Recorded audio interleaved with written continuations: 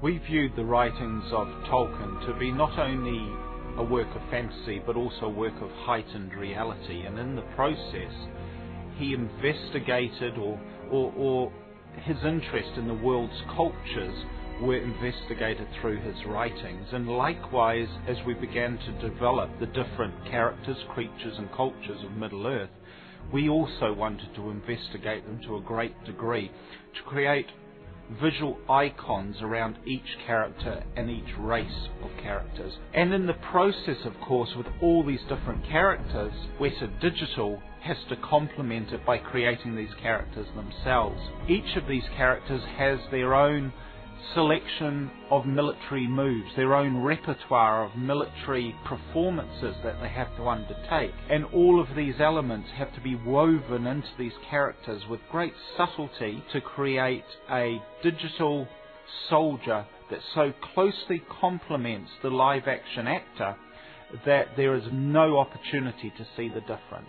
So when you've got a massive agent, a soldier who's performing his role on the battlefield, you can distinguish between the motion, which defines what his actions are and what he does, and then the visual appearance of that agent, how we see him on the screen. And Massive creates that motion. That's what Massive does through its artificial life simulation and all the motion capture that feeds into it. It creates that motion, but then you need to be able to see that on the screen. It's a kind of an abstract concept without a skin over the top of it. So one of the roles of my department in the prologue sequence was to create the geometry, or the skin that wraps over the skeleton that has the motion, and it's this skin or geometry that's textured and rendered and lit and composited into the environment. That's what we see running around.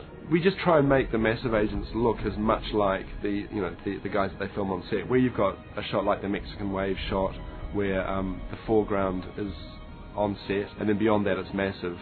It's up to us to make that front row of Massive guys match the back row of the on-set guys as much as possible, so that the audience isn't seeing a distinction. And that was where we put a lot of effort into across the board, just to making that transition work and making it seamless.